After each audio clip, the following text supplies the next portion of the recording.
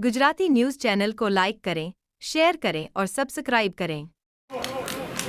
આજે પણ ગુજરાતની અંદર દલિતોની માલિકીની દલિતોને ફાળવેલી 7/12માં દલિત સમાજના વ્યક્તિઓના નામ અને જેનો કાયદાની કોઈ અદાલતમાં વિવાદ નથી, અમારા બંને વચ્ચે જમીનની મેટરમાં કોઈ ડખો થયો હોય અને હાઈકોર્ટમાં, નીચલી કોર્ટમાં, સુપ્રીમ કોર્ટમાં, રેવન્યુ કોર્ટમાં મેટર પેન્ડિંગ હોય, સબ જ્યુડિસ હોય, એનો વિવાદ ચાલતો હોય તો ન્યાય નિર્ણય કોર્ટ ના કરે ત્યાં સુધી ધારાસભ્ય, સંસદ સભ્ય, મંત્રી, કલેક્ટર, મામલતદાર પ્રાંત કોઈ પડે નહીં.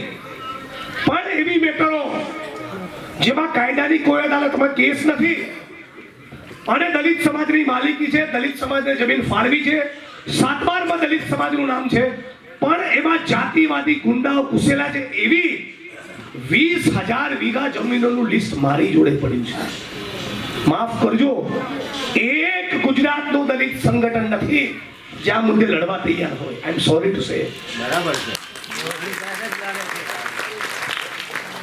નાના મોટા 2-4 સંગઠનના મિત્રો લડી રહ્યા છે, પણ હું જ્યારે કહું છું એક સંગઠન લડવા તૈયાર નથી, તારો મારો કહેવાનો મતલબ છે કે 90% સંગઠનો આ મુદ્દે લડવા તૈયાર નથી. રિપોર્ટર અરવિંદ રાઠોડ, સુરત.